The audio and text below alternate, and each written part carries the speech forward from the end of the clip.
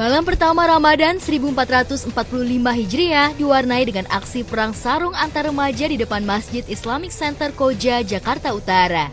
Tawuran terjadi usai mereka menunaikan sholat tarawih berjamaah. Detik-detik perang sarung itu diabadikan oleh warga dan viral di media sosial. Lagi ngapain sih pada kayak begini? Buat tarawih, woi! Jadi yang gede-gedenya turun tangan semua, yang tua-tuanya turun tangan semua. Dari rekaman terlihat para remaja saling mengejar. Perang sarung pun membuat arus lalu lintas kendaraan menjadi terganggu. Bahkan pengguna kendaraan roda 2 terpaksa menahan laju kecepatan agar tak menimbulkan kecelakaan lalu lintas. Publik menyayangkan aksi remaja tersebut lantaran jelas mengganggu ketertiban umum terlebih bulan Ramadan. Yang aku tonton tadi itu banyaknya remaja, jadi mungkin harusnya mereka udah bisa lebih memilah-milih mana yang benar, mana yang salah. Buat skala sebesar itu perang sarung kayaknya bisa disalahartikan sama warga sekitar, malah jadi perang tawuran beneran nggak sih? Jadi ya kayaknya menurut aku sangat disayangkan aja sih. Sampai ada yang komen juga tadi KJP-nya minta dicabut, kartu Jakarta Pintarnya. Oh jangan sampai lah, KJP itu salah satu fasilitas dari negara kita yang sangat berguna banget bagi remaja-remaja kita di sekitar.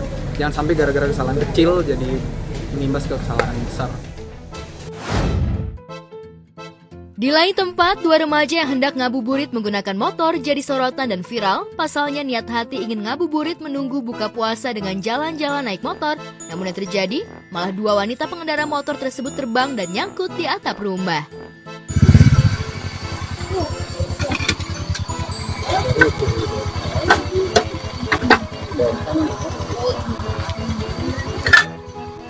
Keadaan Sining yang lagi viral guys. Alhamdulillah baik-baik saja. Terang, ari nu nyanak motor sa. Neng. Entah bagaimana bisa, dari video yang terekam yang jelas, dua pengendara tersebut sudah berada di atap rumah. Warganet pun banyak yang heran dengan kejadian tersebut.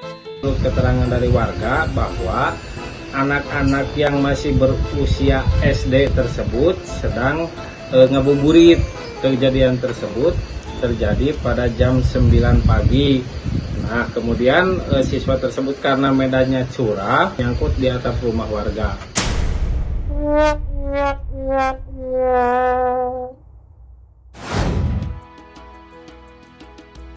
Fuji AN, adik ipar almarhumah Vanessa Angel, kembali menyita perhatian publik.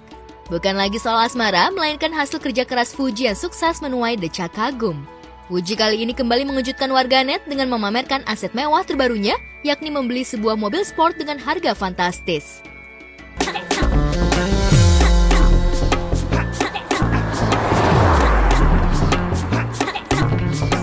Oke guys, jadi ini sebenarnya orang tua aku tuh belum tahu aku beli mobil. Dan ini udah hari ke-43. Aku udah bawa mobil ini, aku ngerasa berdosa banget kalau misalnya ngomong. Tapi lebih baik minta maaf dibanding minta izin. Soal ini panik banget, takut banget, kayak orang tua aku tuh bakal marah-marah kayak. Mama, Halo. Ya, Mama udah pakai kerudung belum? udah. Udah pandong. Mau papa?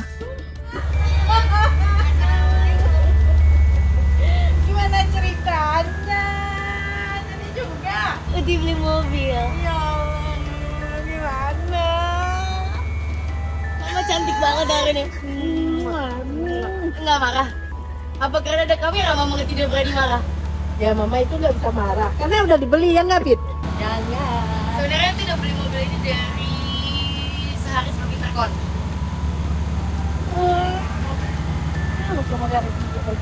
Amin.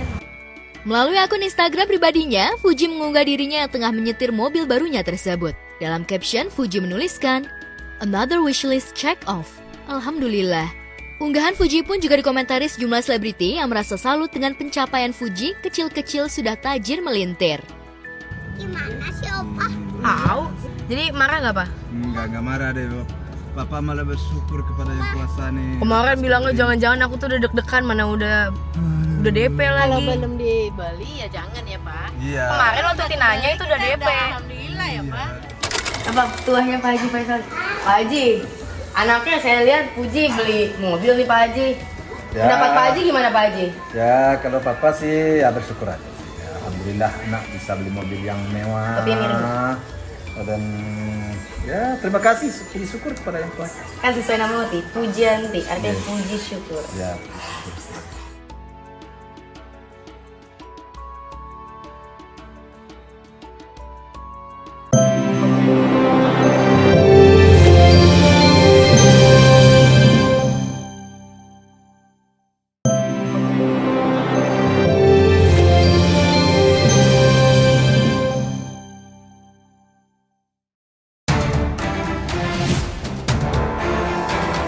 Warga sekitar Desa Pangpajung, Kecamatan Modung, Kabupaten Bangkalan digegerkan oleh kejadian aneh dari proses persalinan seorang wanita hamil berinisial MH di puskesmas tempat.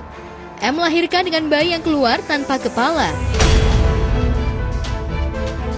Saya ke bidan kampung ya. Iya. Terus sama bidan kampung saya suruh minta rujukan ke puskesmas. Terus saya berangkat langsung ke puskesmas. Sampai di puskesmas saya minta rujukan. Kenapa?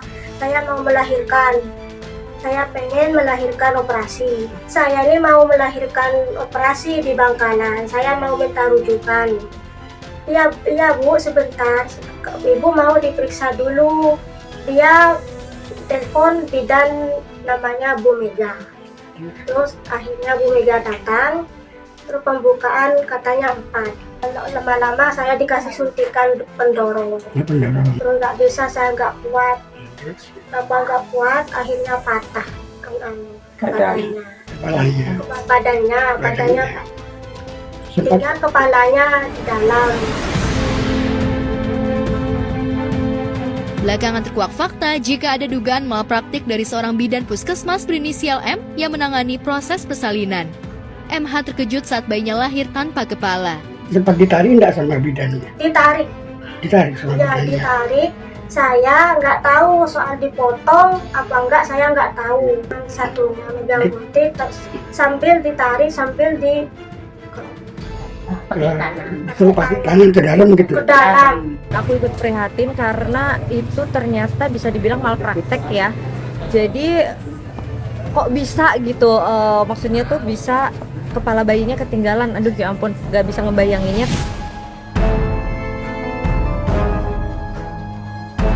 Pihak MH akhirnya melaporkan bidan puskesmas tersebut ke kepolisian setempat dengan dugaan malpraktik. Hingga Rabu kemarin, baik keluarga MH maupun terlapor masih terus menjalani pemeriksaan. Kayak mengerikan ya, malpraktek. Kalau bisa malpraktek sih bisa jadi dikatakan malpraktek iya, karena dari pihak keluarganya kan sudah meminta bahwa dia mau melahirkan di daerah yang berbeda ya. Tapi dari pihak puskesmasnya masih memaksakan untuk melahirkan di sana. Jadi tanggapannya memang seperti malpraktek. Pesan yang disampaikan kepada masyarakat harusnya ya, jika kita ingin menyelamatkan apalagi itu bayi, menyelamatkan diri kita sendiri, harus benar-benar kepada tempat yang tepat seperti dokter yang tepat atau tempat kesehatan yang tepat, rumah sakit yang tepat. Jika keluarga MH murka karena persalinannya gagal hingga melaporkan pegawai puskesmas ke polisi, Senin sore lalu di Lampung, tepatnya di Desa Gunung Ratu, Kecamatan Suwoh, Lampung Barat, ratusan warga tiba-tiba mengamuk dan meluapkan amarahnya dengan membakar Kantor Pelindungan dan Pelestarian Alam atau PPA, Balai Nasional Bukit Barisan Selatan. Sontak dalam sekejap, kantor resmi di bawah Kementerian Lingkungan Hidup itu pun langsung rata terbakar. Woi, daerah Suwagi, dan wong tas-tas, bakar ndak? Berasa so, belakang Pak.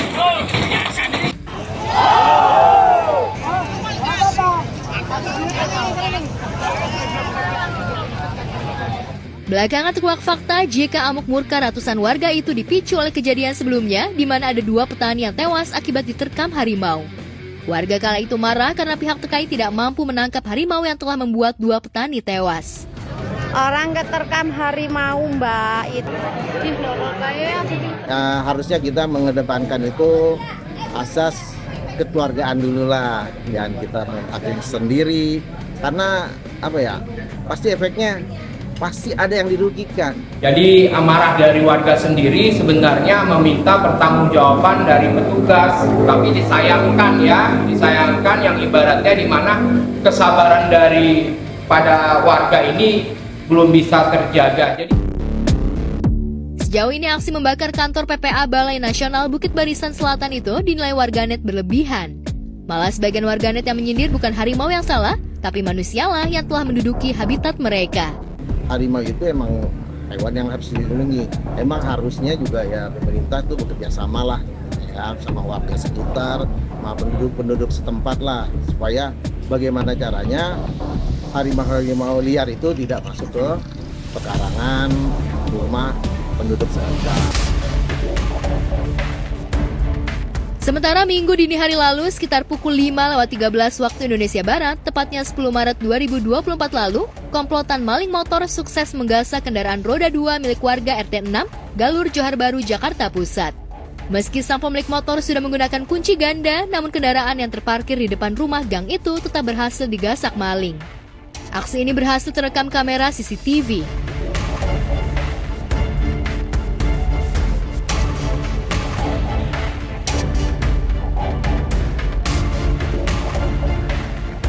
Ya harusnya kejadian kayak gini udah nggak ada lagi ya, sangat disayangkan sekali. Apalagi itu pemilik motor udah mengunci kendaraannya sedemikian rupa, tapi masih ada kejadian kayak gini. Padahal kan di Indonesia banyak banget ya pekerjaan yang lebih layak daripada kita harus mencuri motor sebenarnya. Fenomena komplotan maling motor memang kian marak belakangan ini, apalagi menjelang Lebaran nanti.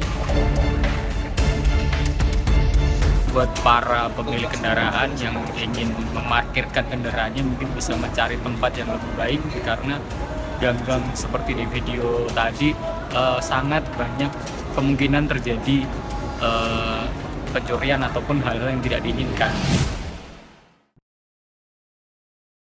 Di tengah banyak kasus kriminal memasuki puasa kedua kemarin, mantan pasangan suami istri Inara Rusli dan Virgon Tambunan justru masih harus menjajaki sidang dengan agenda mediasi terkait nafkah dan royalti. Pada sidang yang berlangsung tertutup itu, baik Inara maupun Virgon sama-sama hadir, tapi keduanya sama-sama irit bicara.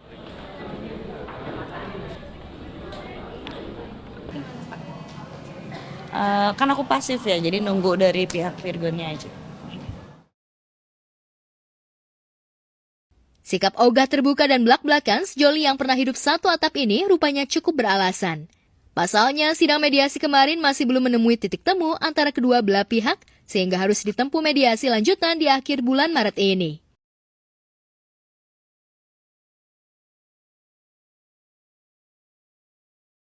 Urusan aku sementara ini hanya sama Virgon aja sih. Di luar dari Virgon sendiri, aku nggak ada kaitannya sama sekali. Ya, sebelumnya baik Inara maupun Virgon sama-sama belum sepakat soal nafkah anak hingga soal royalti. Virgon bahkan keberatan dengan angka nafkah hingga royalti yang harus diberikan dari lagu patungan yang diciptakan. Lantas akankah perselisihan ini akan usai di mediasi lanjutan kelak? Insya Allah nanti ada perdamaian. Mohon doanya ya. Mari.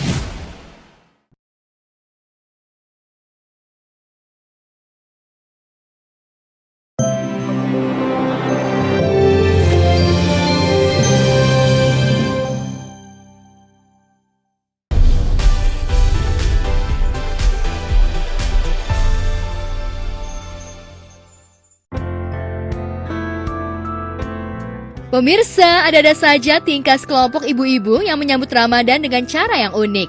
Bagaimana tidak, dalam sebuah video yang beredar di jagat maya, sekelompok ibu-ibu ini terlihat kompak menggunakan mukena motif bernuansa macan tutul saat sholat tarawih di sebuah masjid. Sontak saja tingkah sekelompok ibu-ibu ini menjadi sorotan para jamaah lain. Bos, macan tutul, bos.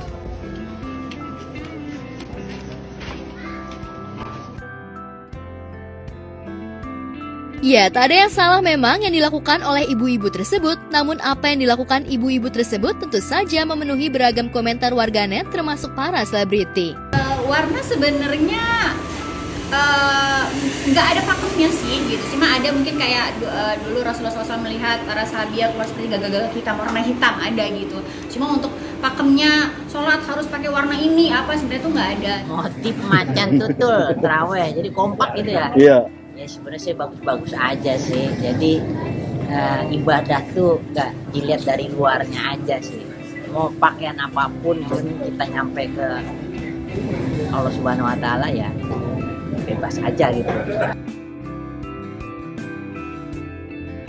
Sementara itu, Umi Pipik Dian Irawati rupanya selalu memiliki kebiasaan atau tradisi di bulan Ramadan. Ya, selain mempercantik dekorasi rumah, Umi Pipik rupanya memiliki tradisi yang berbeda dengan yang lain, yakni dengan membakar bukur atau kayu gaharu untuk mengharumkan ruangan di dalam rumahnya.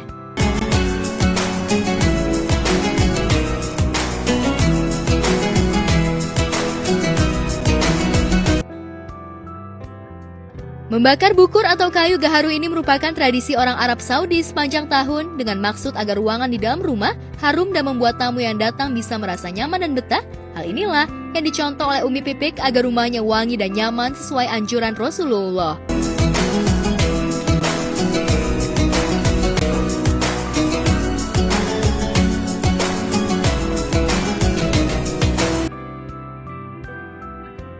Di sisi lain, sama-sama sebagai single parent, membuat Umi Pipik begitu peduli dengan para wanita yang single parent di sekitaran rumahnya.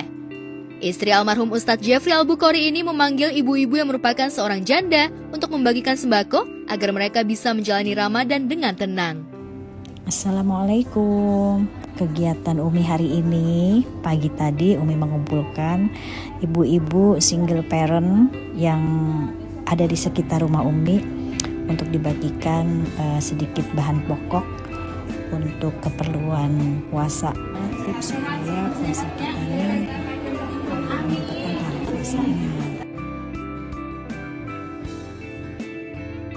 Di balik kebahagiaan Umi Pipik menjalani Ramadan, Umi Pipik rupanya menyimpan rasa rindu kepada almarhum Uje. Namun kerinduan Umi Pipik sedikit terobati saat melihat Abizar meniru gaya pakaian dan suara almarhum Uje. Melihat tingkah Abizar membuat Umi Pipik terhibur dan tak menyangka jika putranya itu bisa meniru gaya abinya. Kaget. Assalamualaikum. Salat dulu ya. Semuanya udah pada salat ya, udah ya. Ya. Bismillah. Salat apa? Tarawih. Namun di Ramadan tahun ini dirasakan berbeda oleh Umi Pipik, lantaran kali ini Umi Pipik hanya menjalani puasa berdua dengan Alia. Pasalnya Abizar tengah syuting di Semarang, sementara Adiba sudah menikah dengan Egy Maulana dan kini tinggal di Tangerang bersama Egy. Lantas benarkah Adiba kerap pulang untuk menemani Umi Pipik? Adiba ya mungkin insya Allah ada ya gitu. Adiba kan sama suaminya di Tangerang, tapi kalau pas lagi suaminya dinas, dia di rumah saya. Daripada sendiri di rumah kan takut juga kompleknya kan sepi, jadi saya suka tinggal di rumah. Sejak Adiba menikah, Umi Pipik memang merasa kesepian, pasalnya selama ini Adibalah yang selalu menemani Umi Pipik. Lantas benarkah Adiba kini sudah mulai mandiri? Benarkah Adiba kini tengah berbadan dua? Baru denger saya juga, saya malah baru denger nih, belum. Kalau iya kan pasti dia ngasih tahu ke Uminya. Saya nggak pernah mau, maksudnya gini, kan ada orang yang tiap kali ketemu, udah isi belum, saya nggak mau ngebebani anak seperti itu, gitu. Jadi kan nanti biarkan Allah saja yang memberi, gitu.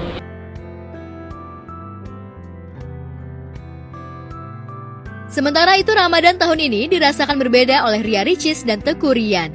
Pasalnya jika tahun lalu keduanya menjalankan ibadah puasa bersama, tahun ini keduanya harus menjalani puasa masing-masing. Meski kini rumah tangganya dengan Rian tengah diambang perceraian, namun Ricis tak mau berlarut dalam kesedihan. Ricis tetap berusaha bahagia dan memilih berbagi kebahagiaan dengan membagikan makanan untuk warga sekitar agar hatinya bisa lebih tenang.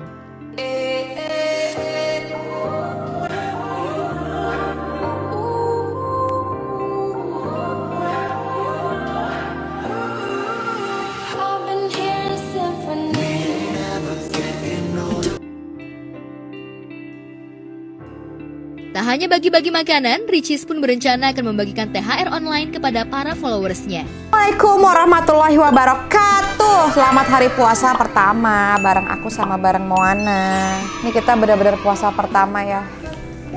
Ini aku juga lagi nyiapin THR online untuk subscribers aku. Mau kemana dia? Ya walaupun puasa kali ini beda, coba lihat deh. Ada dia. Di tempat berbeda, Ferdi Ali pemeran Reza dalam sinetron Doa di Langit Malam rupanya punya cara tersendiri dalam menunggu waktu berbuka puasa di lokasi syuting. Ya, Ferdi memilih meluangkan waktu untuk membaca Al-Quran di sela-sela kegiatan syuting. Ferdi bahkan selalu membawa Al-Quran ke lokasi agar nantinya bisa dibaca saat dirinya sedang break. Lantas benarkah Ferdi memang selalu rutin membaca Al-Quran? Benarkah di bulan Ramadan ini Ferdi menargetkan untuk khatam Al-Quran? زاريات ذروا فالهاملات ذكرا فالجاريات يسرا فالمقسمات أمرا إنما توعدون لصادق وإن الدين لواقع Sadaqallahul Adzim. Ini baru mulai lagi sih baca-baca hadis, tapi alhamdulillah udah lumayan banyak. Al-Quran sendiri memang alhamdulillah sih tiap tahun sih bisa khatam, setahun sekali, alhamdulillah lah bisa gitu loh. Itu udah bersyukur banget dengan banyaknya kegiatan. Terus kalau dilihat sih udah mau khatam ya, insya Allah bulan puasa ini khatam. Udah sampai mana ya? Sampai Az-Zariyat tuh, udah sampai Az-Zariyat, sedikit lagi khatam nih. Tuh, tinggal beberapa lembar lagi. Ya, bagi Ferdi membaca Al-Quran memang sudah menjadi rutinitas sehari-hari yang dilakukannya. Bagi Ferdi membaca Al-Quran memang memiliki fadilah tersendiri bagi kehidupannya. Setahun sekali sih biasanya, karena kan baca setiap hari 2 halaman. Jadi setahun dapatnya sekali sih. Doa setelah khatam Quran, mendoakan diri sendiri, keluarga, orang sekitar, masyarakat. Banyak sih doanya sih, sampai ke Rasulullah didoain juga. Selain membaca Al-Quran, Ferdi rupanya juga selalu menyempatkan diri untuk melaksanakan tarawih di lokasi.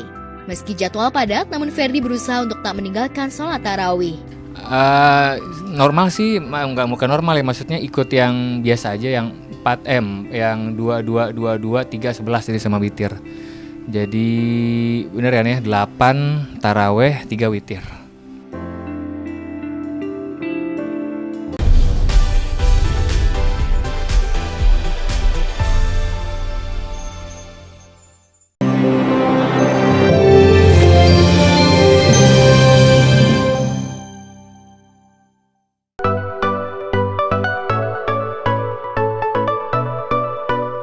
Pemirsa, Thorik Halilintar memberikan kejutan istimewa ulang tahun untuk kekasihnya Alia Mas Said yang berulang tahun ke-22 pada 8 Maret 2024 lalu. Serangkaian kejutan dibuat Thorik untuk kekasihnya itu. Kebahagiaan yang dibuat Thorik bukan saja membuat bahagia Alia, tapi juga ibunda Alia, Reza Artamevia. Melalui sambungan video call, Alia menceritakan kejutan yang telah diberikan Thorik pada dirinya. Hai Bu, Assalamualaikum, Waalaikumsalam. Assalamualaikum. Hai Bu. Udah sampai di Bali? Udah. Masya Allah. Ceritain. Birthday, terus I love you all. Love you. Terus tadi aku di pesawat masih nanya lagi ke Thorik, sayang sama aku nggak? Terus dia kesel. Iyalah, aku udah di arrange segitunya. Terus sayang lah. Sontak cerita Alia itu membuat Reza Artamevia bahagia. Ia mengucap syukur dan berterima kasih kepada Thorik Halilintar lantaran melihat putri kesayangannya itu dibuat bahagia oleh Thorik di hari pertambahan usianya itu. Thorik sayang, terima kasih banyak ya sayangku to make her so very happy and very lucky. Thank you so much. Mudah-mudahan Allah Subhanahu wa taala senantiasa menganugerahkan rahmat, ridho dan anugerah buat kalian berdua. Until jannah, amin ya rabbal alamin ya. Ibu love you so much. Kirimin video-videonya semua ke Ibu, kirimin. Ibu harus di-tag, Ibu harus dikasih, Ibu harus di-share. Oke Bu. Iya sayang. Oke Bu. Terus ada muka aku di Times Square. Seriously? Iya. Oh my God. Tak hanya itu, Alia juga menceritakan bahwa dirinya baru saja menghubungi kakaknya Zahwa Mas Said yang kini berada di New York. Zahwa memamerkan momen dirinya berada di depan billboard besar di kawasan Times Square, New York yang menampilkan wajah Alia di billboard tersebut. Dan ini menjadi rangkaian kejutan yang dibuat Thorik untuk kekasihnya itu. Oh my God, kaget banget sih. Kaget banget loh, itu juga aku sayang. Aku jadi bule.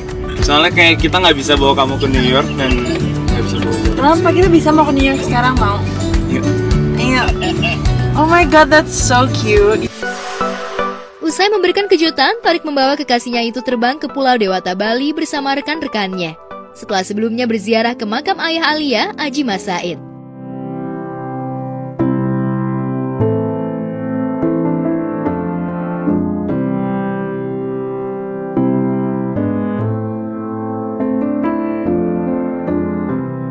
Kita udah selesai ziarah, Alhamdulillah. Sayang, kayaknya kalau masih papa kamu masih ada, sayang banget ya sama aku deh. Kenapa ya? Soalnya aku keren. Enggak loh, kata siapa kamu keren? Ini udah ulang tahun berapa kamu tanpa papa kamu? 12 tahun. Papaku meninggal 5 Februari, kakekku 8 Februari. Oh, deket banget ya? Iya, kakekku 2010, papaku 2011. Terus papaku ziarah hari Kamis ke makam kakekku. Dia juga nyari buat tempatnya dia sendiri. Dan hari Sabtunya dia meninggal.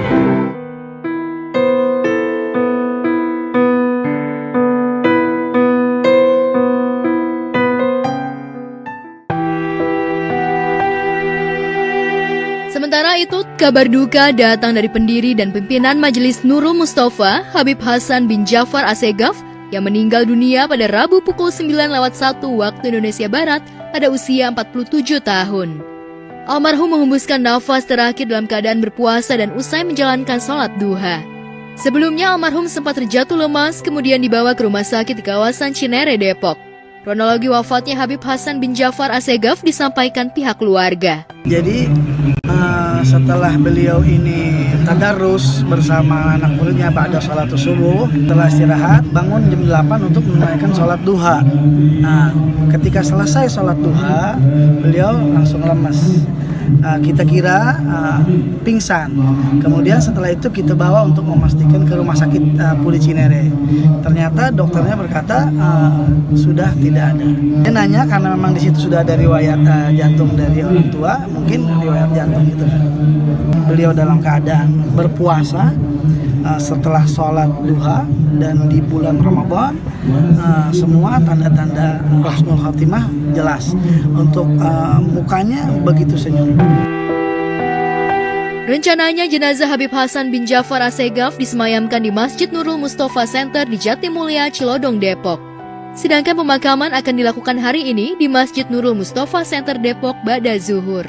Akan dimakamkan sebagaimana wasiat beliau, ingin dimakamkan di bawah kaki ibunda beliau, Syarifah Fatmah binti Hasan bin Muhsin yang di belakang kita itu. Kabar wafatnya Habib Hasan dengan cepat tersiar di media sosial. Sejumlah selebriti yang mengenal dekat dengan almarhum merasa kehilangan dan ikut memberikan doa untuk almarhum. Lantas, adakah pesan dan permintaan terakhir yang disampaikan almarhum sebelum menghembuskan nafas terakhirnya?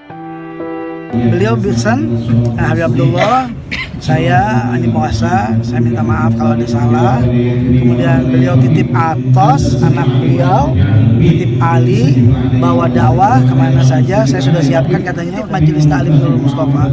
Tapi karena saya nggak terlalu anggap karena memang seperti ini, saya bilang ya jangan itu deh, mudah-mudahan panjang umur semuanya gitu. Jadi nggak ada firasat sama sekali. Tapi pesan itu jelas saya terima.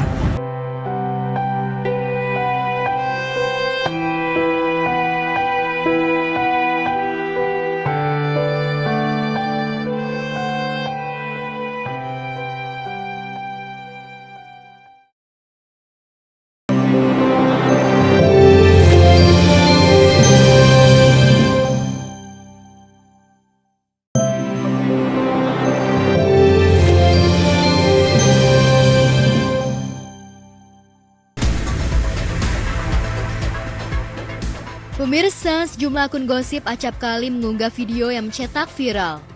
Salah satu video yang langsung mencetak viral pasca diunggah Rabu dini hari kemarin adalah video berjudul "Perias pengantin di Sukabumi terluka diduga dianiaya ortu pengantin saat tagih utang".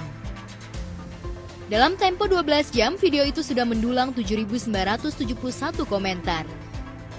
Dalam video berdurasi singkat itu, terlihat suasana keributan di sebuah rumah, namun tidak jelas apa yang mereka ributkan.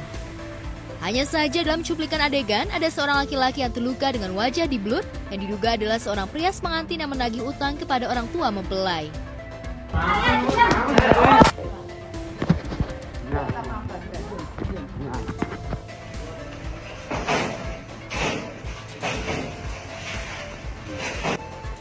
Jujur aku ngelihatnya miris ya, karena bagaimanapun aku tidak membenarkan sama sekali tindak kekerasan apapun. Apalagi ini kayaknya galakan yang ngutang ya daripada yang nagihnya gitu kan ya. Ini kadang sering banget terjadi sih, memang galakan yang ngutang daripada yang dihutangin gitu kan. sebenarnya si Priasnya wajar menagih hutang gitu kan. Apalagi ini bulan Ramadan, tapi ternyata tidak disambut baik oleh si yang hutangnya.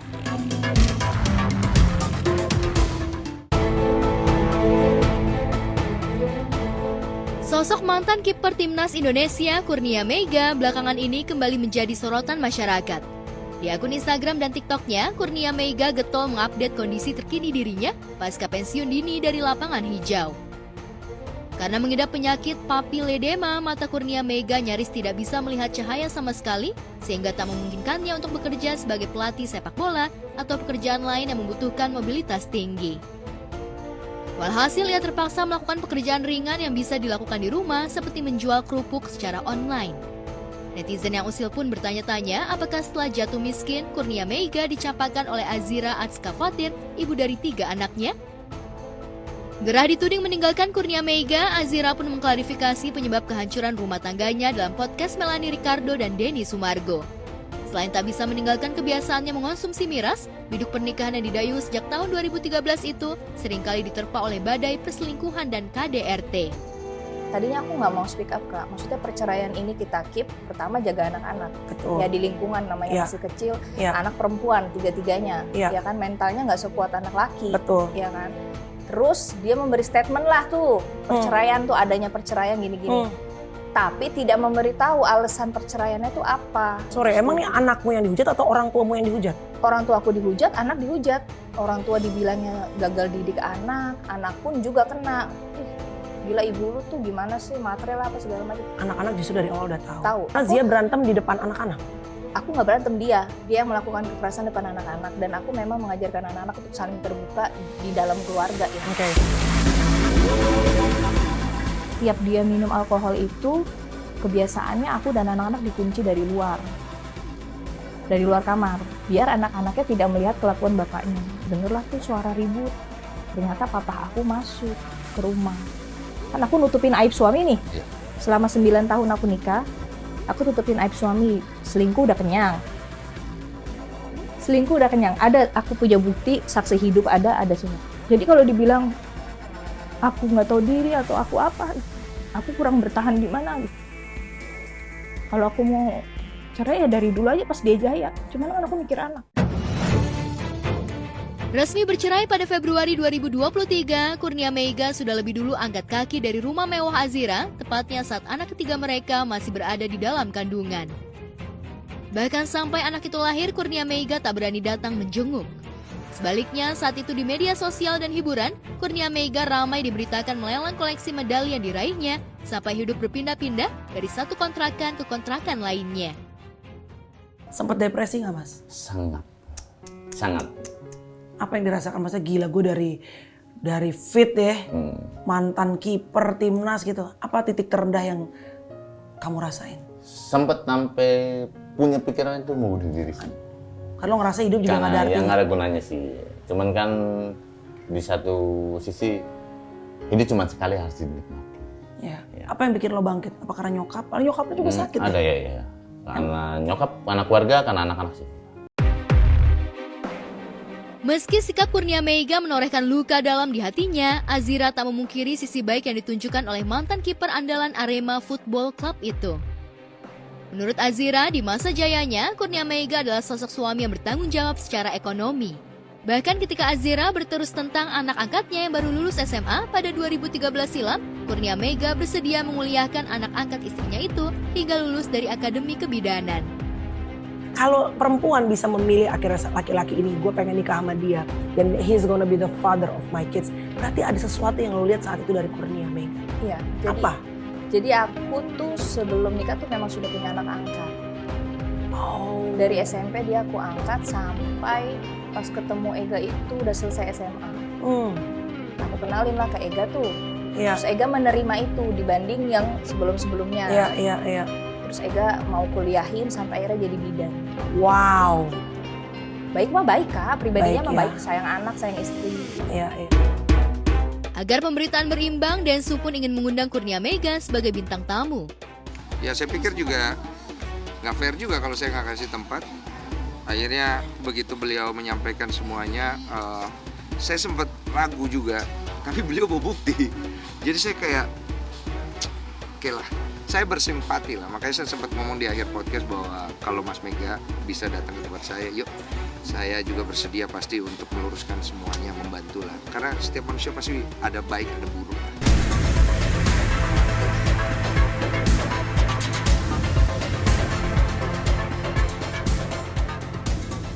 Pernah difitnah mantan kekasih, diputuskan sepihak oleh endorse, dijauhi sutradara, bahkan tunangannya sendiri pernah Densu lewati sebelum ia bertemu dengan Olivia Alan, istrinya sekarang. Kini Densu menjadi salah satu dari sedikit artis yang mampu bermetamorfosis sebagai YouTuber papan atas, sementara karirnya di dunia entertainment pun tetap stabil. Hanya saja, Densu sangat selektif dalam menerima peran.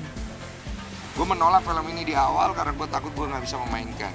Gue tahu kok takaran gue sebagai pemain film. Kalau dibilang bagus banget juga enggak, dibilang jelek banyak filmnya laku. Asik. Lu nggak tahu badan gue itu dulu berarti 89 tahun sebelum gue main film Elias Pikal. Karena Elias Pikal itu pada saat itu badannya kurus, gue kan harus nurunin berat badan. Lu tahu dari 89 gue turun ke 76. Berapa lama? Dalam waktu 1 bulan. Itu gue disuntik sampai gue celeng-celeng. Kan kalau disuntik hormon gitu untuk mempercepat penurunan badan kan pusing.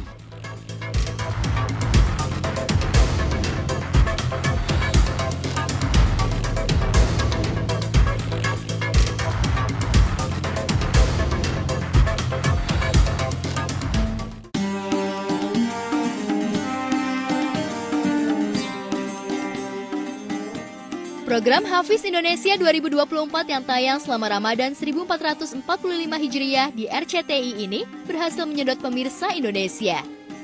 Ke-24 Hafiz cilik bersaing dalam kebaikan dengan menunjukkan kepiawaian mereka dalam menghafal Al-Quran. Masih dipandu oleh presenter Ivan Hakim, Hafiz Indonesia 2024 semakin memikat dengan kehadiran juri yang mumpuni. Selain Nabila, Abdul Rahim Bayan atau yang akrab disapa Kak Nabila, Hafiz Indonesia 2024 juga dikawal oleh juri tetap Abi Amir Faisholfat dan Syekh Hussein Jaber dan Ustazah Lulu Susanti. Kita kenalan dulu yuk. Kenalan dulu yuk, lihat ke depan sama pemirsa Gospot. Nggak mau katanya. Jadi kalau misalnya dipanggil tuh harusnya panggilannya Ina. Ina nama panjangnya siapa? Ina siapa? Innalillahi wa inna ilaihi raji'un. Innalillahi. Kalau untuk menjadi juri di Hafiz Indonesia itu kalau galak nggak sih Ina? Kalau galak nggak? Enggak. Jadi kalau misalnya tayang atau tampil nih ya, wah pantunnya bagus-bagus aja. Ikan gabus ada di kali, kamu bagus sekali. Bagi Ustazah Lulu Susanti, Hafiz Indonesia 2024 adalah salah satu wadah melestarikan kitab suci Al-Quran dengan mencetak para penghafal Quran cilik. Lalu benarkah peserta Hafiz Indonesia kali ini harus memiliki keunikan tersendiri? Di Hafiz Indonesia ini pesertanya memiliki keunikan, keistimewaan yang berbeda. Karena masing-masing peserta ini memiliki kecerdasan yang beda kan ya. Ada Howard Gardner mengatakan kecerdasan kinestetik, linguistik, naturalis, ada interpersonal, intrapersonal.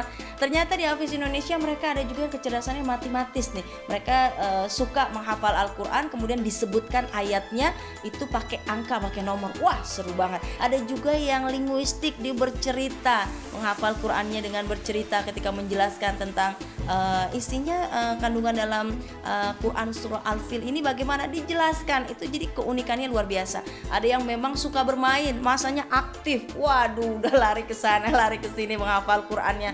Masya Allah, makanya luar biasa seru. Dan itu menandakan bahwa menghafal Al-Quran itu menyenangkan, mudah, karena peserta Hafiz Indonesia pun juga seru. Mereka menghafal Quran dengan keunikannya sendiri, dengan backgroundnya sendiri.